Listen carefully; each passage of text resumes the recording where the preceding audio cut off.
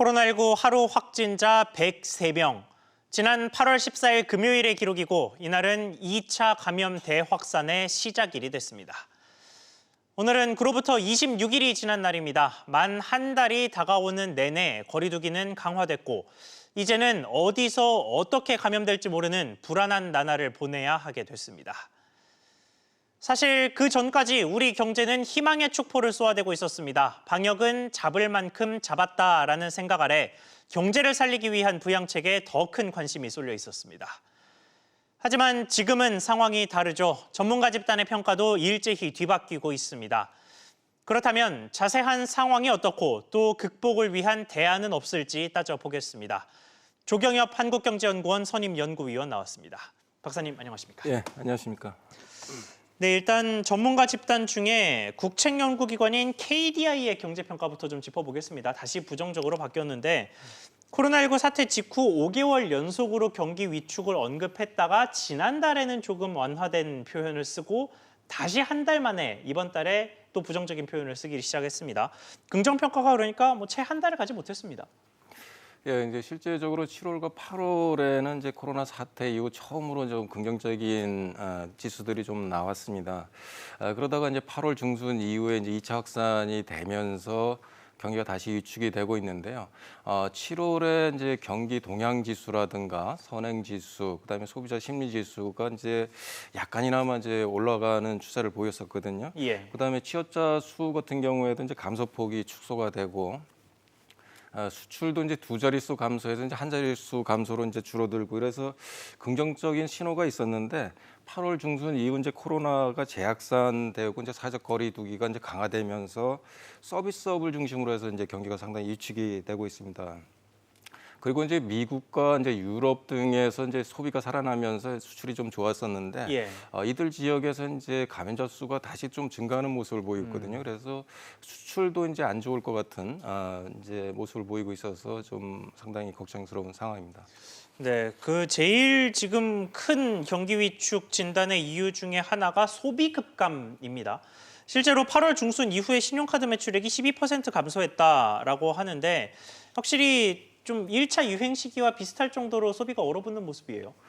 예, 식당 영업 시간을 제한하고 실내 이제 체육 활동 이런 것들을 운영을 못하게 하고 그러다 보니까 이제 이런 대면 접촉이 불가피한 업종을 중심으로 해서 상당히 이제 소비가 지금 줄어들고 있는 게 사실입니다. 예.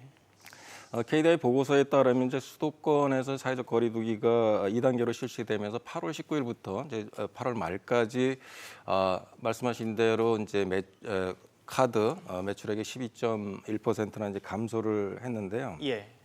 이는 이제 1차 사회적 거리두기가 시작된 이제 5월 달에 한 14% 감소를 했는데 그때와 거의 맞먹는 수준으로 지금 감소를 하고 있습니다. 그렇군요. 자, 그렇게 되면 사실 이게 신용카드 사용액이 줄었다, 소비가 줄었다라는 거는 자영업자가 타격을 받는다와 비슷한 말로 들리거든요. 지금 자영업자 타격이 좀 심각한 상황인가요? 네, 맞습니다. 지금 뭐 점포 문을 닫는 자영업자들이 이제 속출할 정도로 매출이 이제 급감을 하고 있는데요. 한국 신용 데이터에 따르면 8월 매출 수준이 한 6.9% 감소했는데 네. 실제적으로 이제 2차 거리두기 사회적 거리두기가 이제 실시된 8월 19일부터 이제 8월 말까지는 지금 한 25%나 지금 감소를 하고 있거든요. 네.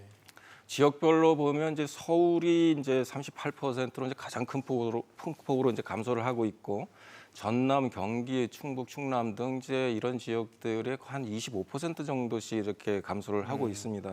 근데 업종별로 보면 스포츠라든가 여행, 교통, 그다음에 이제 음식점 이런 이제 대면을 할 수밖에 없는 업종들의 매출 감소가 이제 크게 나타나고 있습니다. 자, 그리고 그러면 수출 같은 경우는 사실 8월에 아까 앞서 잠깐 말씀하셨습니다만 아슬아슬하게 9.9% 감소로 한 자릿수 대 감소폭을 보였단 말이죠. 이게 뭐 반토막 이렇게 빠졌던 것과는 상당히 개선된 모습을 보이고 있어요. 그리고 7월에 이제 가장 경기 수준을 잘 보여준다고 하는 전산업 생산 같은 경우도 좀 개선되는 모습을 보였고요.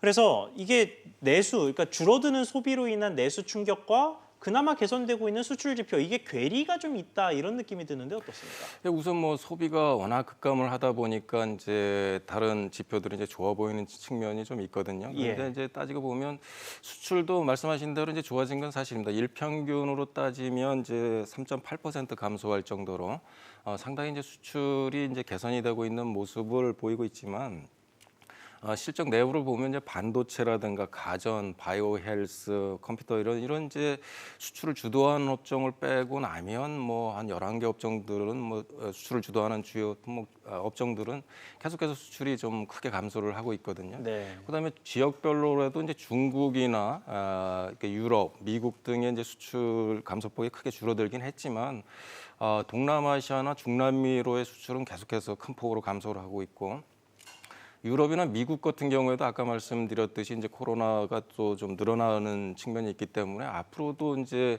이들 지역으로 이제 수출이 계속해서 좋아질 거라는 기대하기 상당히 어려운 상황이거든요. 그래서 수출이 그러니까 소비가 워낙 이제 나쁘다 보니까 다른 분야가 조금 좋아 보이는 거지 사실은 다른 분야도 그렇게 이제 낙관할 상황이 아닙니다. 그렇군요. 자, 어쨌든 내수가 가장 안 좋은 상황인 거는 분명해 보입니다. 그런 상황에서 뭐 결국은 해결책을 좀 마련을 해야겠죠. 그래서 정부가 또 내놓은 카드가 2차 긴급재난지원금입니다. 지금 추석 전까지 지급을 목표를 하고 뭐 어떻게 기준을 마련해서 지급을 할 거냐 이거를 계속해서 논의를 하고 있는데 KDI 같은 경우도 재난지원금 언급을 좀 했습니다. 빠르게 주면 줄수록 효과가 있을 거다라는 식으로 이야기를 했어요. 그런데 1차 긴급재난지원금이 지급되고 나고 사용이 된 뒤에도 이게 얼마나 경기 부양에 효과가 있었느냐 이거를 놓고 갑론을 박이 좀 있었거든요. 지금 네. 박사님 생각은 좀 어떠십니까? 예, 코로나 사태로 인해서 이제 직장을 잃고 이제 생계를 위협받는 사람을 중심으로 해서 공공 부조 형태로 지원하는 거는 이제 정부가 당연히 해야 되는 거라고 저는 생각을 하는데 예. 그러니까 소비 진작을 위한다든가 인기 영합적으로 이제 1차 재난지원금처럼 전 국민으로 주는 것은 효과는 없고 재정 적자만 늘어나는 결과를 초래할 거로 보여요. 그러니까 미국도 이제 현금을 나눠주지 않았었습니까? 예.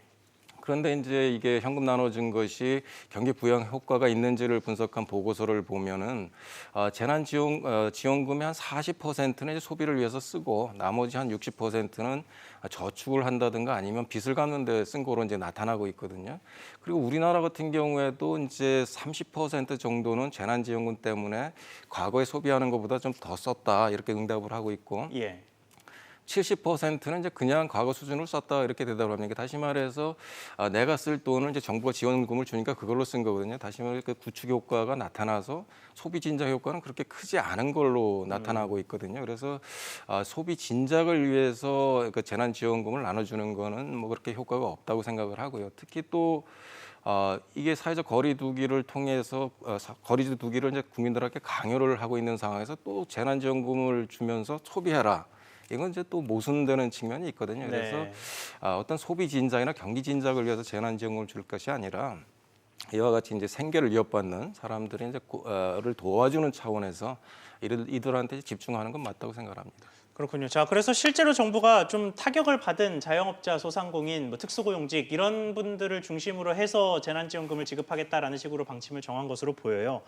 그런데 이렇게 선별 지원을 하더라도 4차 추경이 불가피합니다. 이미 재정은 다이어트를 할 대로 했기 때문에 뭐 적자국채를 추가로 발행하는 수밖에 없다. 이런 식으로 지금 입장이 나오고 있는데 올 한 해 발행하는 적자 국채만 벌써 100조 원이 넘는다고 하거든요. 4차 추경을 포함을 하면. 재정 건전성이 이대로 좀 문제가 없을까요? 어떻게 보십니까? 걱정이 되는 게 사실이죠. 그러니까 지금 한 해 100조가 넘은 게 이번이 처음인데요. 현 정부 출범하기 직전에 이제 2016년에 국가채무 비율이 36%이던 것이 올해 이제 43.5%를 예상이 되니까 7.5%포인트가 올라간 거거든요. 이것도 이제 경제 성장률이 큰 폭의 마이너스를 기록한다면 더 커질 거고, 근데 금액 측면에서 보더라도 2016년에 627조이던 것이 이제 220조 원이나 지금 늘어난 거예요, 3년 만에. 예. 그리고 현 정부가 끝나는 2020년이 되면 1,070조가 되거든요. 그러면 이제 현 정부 내내 늘어난 게 443조 원이라는 거거든요. 그래서 지난 정부 이제 박근혜나 이명박 정부 때 쓴 거를 합친 것보다도 더 많은 이제 국가 채무가 이제 늘어나는 상황인데요. 사실 이제 현 정부에서는 자꾸 OECD 비교를 해서 괜찮다 이런 이제 말씀들을 많이 하는데 사실 이제 우리 한국경제연구원에서 분석을 한 거를 보면은 우리나라 같이 이제 비기축통화국이라든가 아니면 이제 그 대외 의존도가 높은 나라인 경우에 적정 국가 채무 수준이 40% 정도로 이제 추정이 되고 있어요. 그리고 이제 공기업 우리나라 같이 이제 공기업 부채가 많고 이제 연금 충당 부채 이런 것들을 합치면 지금 이미 100%를 넘었어요. 그러니까 네. 지금 안전한 수준도 아니고 그래서 그다음에 이제 우리나라 저출산 고령화도 무지하게 빠르게 진행이 되지 않습니까? 그래서 지금부터라도 재정 건전성 각별히 신경을 좀 써야 된다고 생각합니다. 알겠습니다. 자, 그리고 또 이렇게 코로나19의 경제 충격이 장기화되면 장기화될수록 걱정이 되는 게 일자리 문제입니다. 일자리와 관련해서도 뭐 내일 8월 고용 지표가 발표가 되기는 합니다만 지금 낙관적 전망을 하기가 좀 어려워 보여요. 특히 어제 한국은행이 발표한 자료가 참 우려를 좀 낳았는데 이 코로나19 여파로 일자리를 잃은 실업자가 경제 현장에 다시 복귀하지를 못하고 영원히 실업자 상태로 남을 수도 있다라는 식의 우려를 했더라고요. 이 부분은 어떻게 보십니까? 예, 맞는 분석으로 보입니다. 그 부분은 조금 이따 말씀드리고 일자리와 관련해서 지금 5개월 연속 그 큰 폭의 이제 일자리가 감소를 하고 있지 않습니까? 예. 그다음에 통계로는 이렇게 취업자로 잡히고 있지만 1시간도 일하지 않는 이제 일시 휴직자들이 3월에 160만 명이 넘다가 지금은 이제 줄긴 했지만 73만 명 정도까지 줄어들긴 했지만 여전히 많이 이제 일시 휴직을 하고 있습니다. 예. 그래서 저희 연구원에서 분석한 거를 보면 일시 휴직자 중에서 한 50%가 2개월 후에는 회사로 복귀를 하는 게 아니라 구직을 포기하고 비경제 활동 인구로 편입을 한다고 이제 분석이 되고 있거든요. 예. 그러다 보니까 지금 일시 휴직자가 줄어든 게 직장 복귀가 아닌 구직을 포기한 경우가 될 수가 있고요. 그다음에 한국은행에서 이제 분석한 걸 보면은 영구 휴직이 되고 그러다 보니까 일자리 양극화나 그다음에 임금 불평등이 심화될 거라는 건 맞는 분석입니다. 왜 그러냐면 코로나 이제 포스트 코로나 시대에 가면은 이제 비대면 산업들이 이제 급증을 할 거고 반면에 이제 정통 제조업들은 모든 공정 과정을 자동화해서 가능하면 이제 대면 근로자들을 축소하는 방향으로 자동화를 이제 시도를 할 거로 보입니다. 예. 그렇게 되면 조립이라든가 판매하는 이런 직종의 이제 근로자들이 대거 해고가 되고 반면에 전문직이나 그다음에 이런 기계로 대체하는 비용이 더 큰 아주 이제 저임금 근로자 같은 경우는 이제 늘어날 겁니다. 그러다 보니까 일자리 양극화가 심화가 되고 그다음에 그 임금 불평등도 심화되는 이런 이제 상황이 발생할 거로 그러니까 예상이 됩니다. 중숙년의 노동자가 설 자리가 없어진다 이런 식으로 보면 그렇게 될 되겠네요. 수밖에 없을 것 같아요. 그렇군요. 자, 그러면 이게 기존에 있던 일자리가 줄어들고 사람들이 실직하는 문제도 있겠지만 결국은 기업들이 몸집을 줄이게 되면 신규 채용도 줄어들 수밖에 없지 않겠습니까? 예. 지금 상황이 어떻습니까?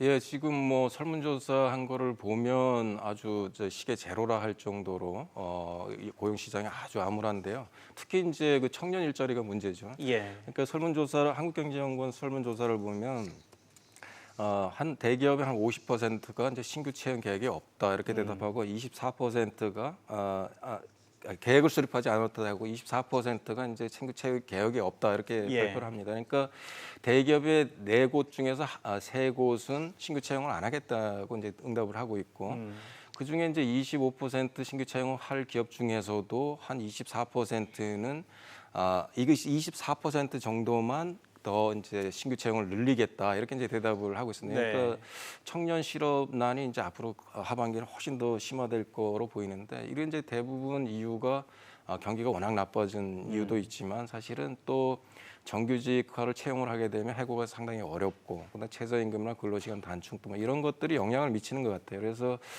정부가 이제 좀 경제 역동성을 다시 이제 늘리는 방향, 그다음에 이런 것들을 위해서 이제 정책 개선 뭐 이런 것들이 필요한 상황이라 생각합니다. 그렇군요. 자, 그러면 마지막으로 향후에 앞으로 이런 일자리 문제 또 경기 문제 이런 것들을 해소하기 위해서 지금 당장 정부가 수행해야 하는 정책이 한 가지 있다면 짧게 좀 설명 좀 부탁드리겠습니다. 예, 이제 지금 뭐 국민 생명이 워낙 무엇보다 중요하니까 사실 방역에 초점을 맞추는 건 맞습니다. 그렇지만 이제 코로나가 장기화되면 이런 방역하고 경제하고의 어떤 이제 접점을 찾아갈 필요가 있죠. 그런데 예. 정부가 자꾸 이제 돈을 쓰고 개입을 하고 그다음에 규제는 상당히 지금 강화되고 있지 않습니까? 경기를 회복한다면서. 그다음에 내년에 또 세금도 올리고 있고 그래서 사실 경기 회복에 큰 안 되는 쪽으로 자꾸 재정 지출만 확대하는 쪽만 하지 경기 회복에 실질적으로 도움되는 정책을 하지 않고 있거든요. 예. 그래서 이렇게 돈을 쓰는 것보다는 제도 개선을 통해서 민간이 활동할 수 있는 영역을 높여주는 것이 지금으로서 이제 위기를 극복하는 최선의 길이라고 생각합니다. 네, 알겠습니다. 오늘 말씀 여기까지 듣겠습니다. 지금까지 조경엽 한국경제연구원 선임연구위원과 함께했습니다. 박사님 오늘 말씀 감사합니다. 예, 감사합니다.